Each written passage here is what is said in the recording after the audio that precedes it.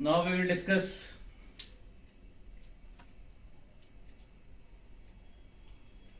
gravitational potential energy for a system of mass. If there are number of masses, gravitational potential energy for a system of mass. If there are number of masses, say for example m1, m2, m3, then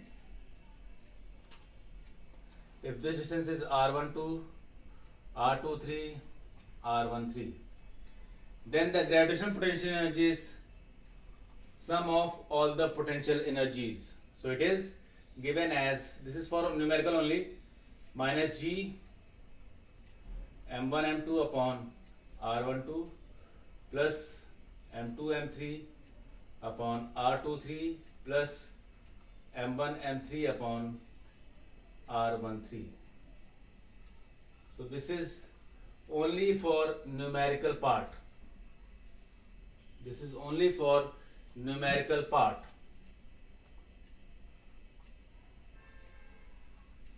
If there are number of masses, then potential energy can be obtained as sum of all the potential energy for the system of masses.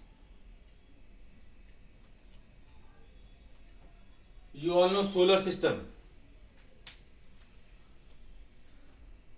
So there is no discussion on solar system here. Solar system has number of planets, satellites revolving around planets, planets revolving around sun. You all know that sun is at the center of solar system and is the closest star to the earth. In totality there are 8 planets. Jupiter has highest number of satellites. Earth has only one satellite. Mercury is the smallest planet. Largest planet is Jupiter. Venus is the closest planet to the Earth, and that is why it is brightest also. Brightest as well as hottest.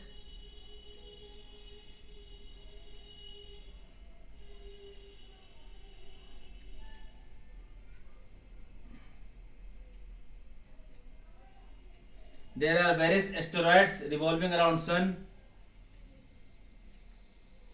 So these are not required for your exam purpose, but you must know all about solar system. The topic which is in your course is Kepler's laws of planetary motion. Kepler's laws of planetary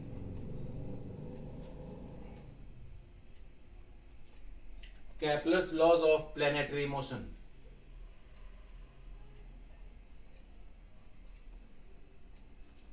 So it is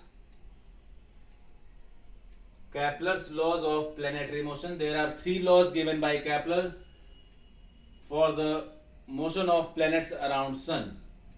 So the first law is known as law of orbit. Law of orbits. It states that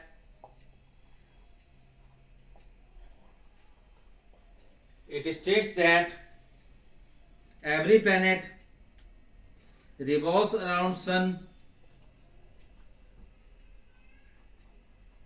Every planet revolves around sun in an elliptical path with sun at one of its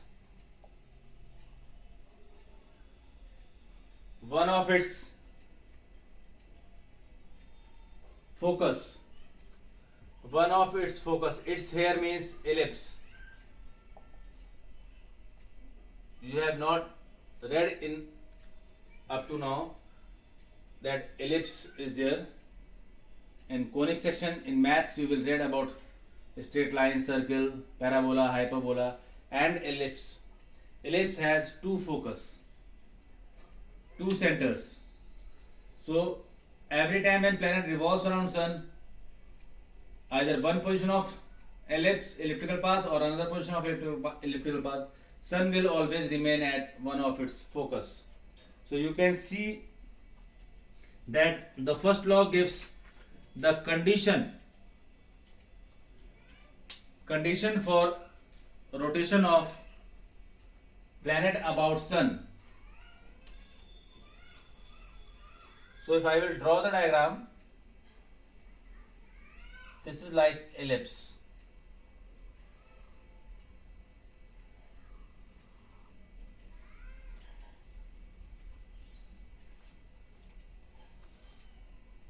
One center here, one center here, sun can be here, it's another position, and planet is revolving around sun, and planet is, this is planet, is revolving around sun at one of its focus. Either this one will remain at center or this will be at the center of this motion of planet. So planet is always revolving around sun in an elliptical path with sun at its focus of the elliptical path. So this is law of orbits. There is no proof required, that is deleted from your course.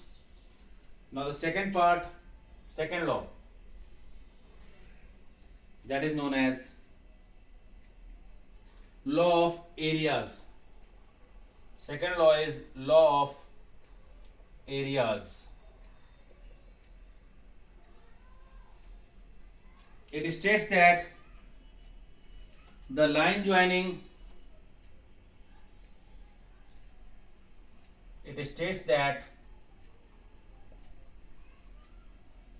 the line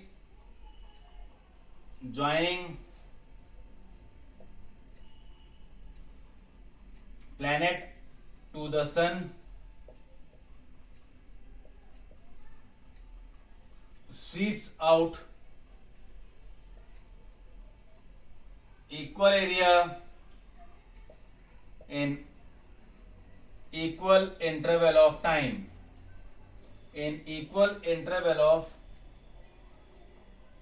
time. So it states that line joining planet to the sun sweeps out equal area in equal interval of time. That is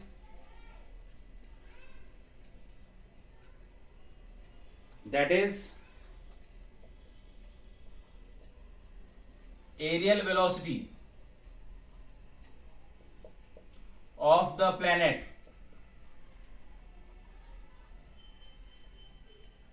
remains constant in the orbit. Aerial velocity means change in velocity with respect to time. Change in area with respect to time. So aerial velocity is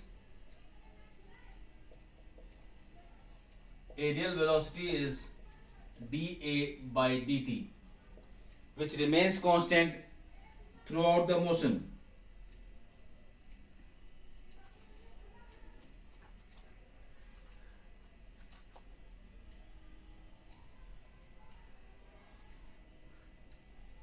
If this is sun,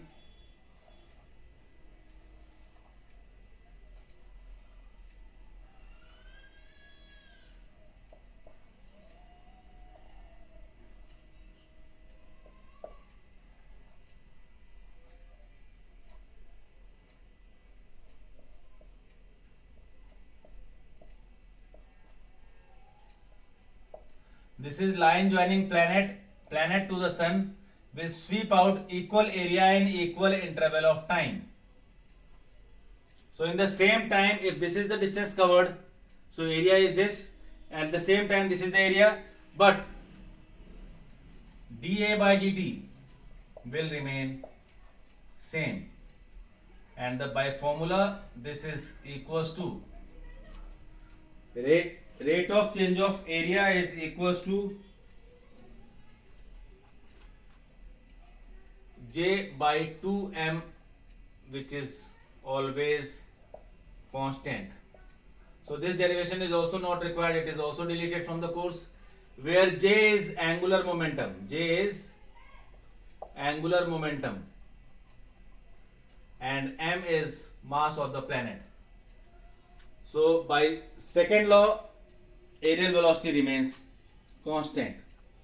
Now the third law, Kepler's third law of planetary motion, which is known as law of periods. Law of periods. It states that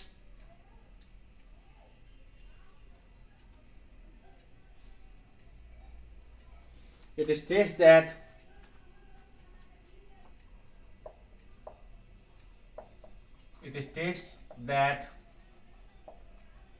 square of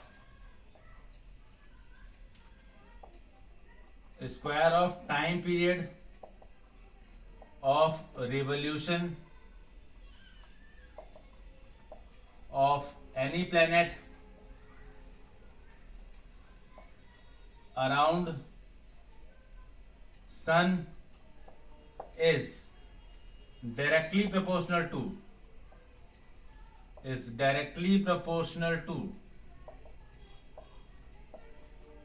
cube of mean distance between planet and sun. Why I am considering mean distance? Because from here the planet has this much distance, and at this point planet will have less distance. So I have to take the average distance for the rotation of revolution of planet around sun. So it states that whatever is the time taken to complete revolution of planet around sun, that is directly proportional to cube of mean distance between planet and sun. If the mean distance is less, time period will be less. If mean distance is more, time period will be more. Mathematically, t square is directly proportional to r cube. This is law of periods. So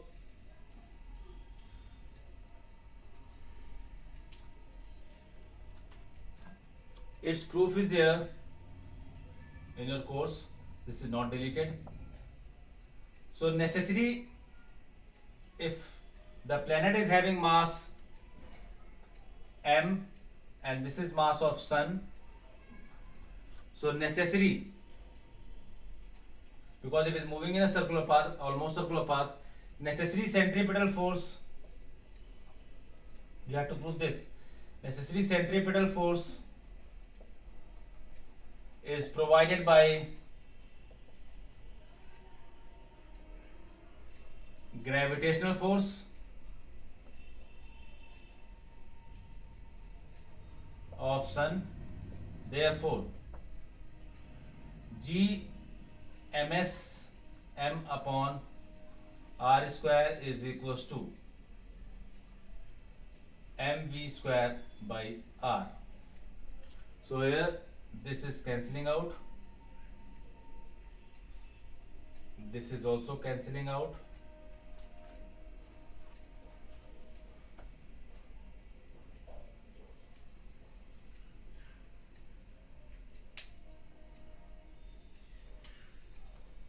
Now you all know that V is equals to 2 pi r by t. We have to introduce time period. R is there, mean distance is there. So here This implies that GMS upon R is equals to 4 pi R square by T square. Now this becomes T square is equals to 4 pi by GMS R cube. So T square is equals to K R cube, where K is constant for the sun. Constant for the sun. So this means that T square is directly proportional to R cube. This is how you will prove this law. This proving of this law is in your course. So this is all about Kepler's laws of motion. 3 laws are there. There are number of numericals based on this.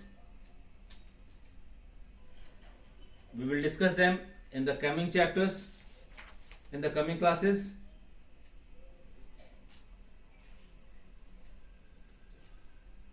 Now I am giving you 2 questions for Google form. Question number 1. Question number 1. What is the direction of intensity of gravitational field? Intensity of gravitational field. This is your answer number 1. And question number 2. State first Kepler's law. State first Kepler's law. This is your answer number 2. Submit this for the attendance. We will discuss numericals and another unit of gravitation in the next class. Thank you for the day.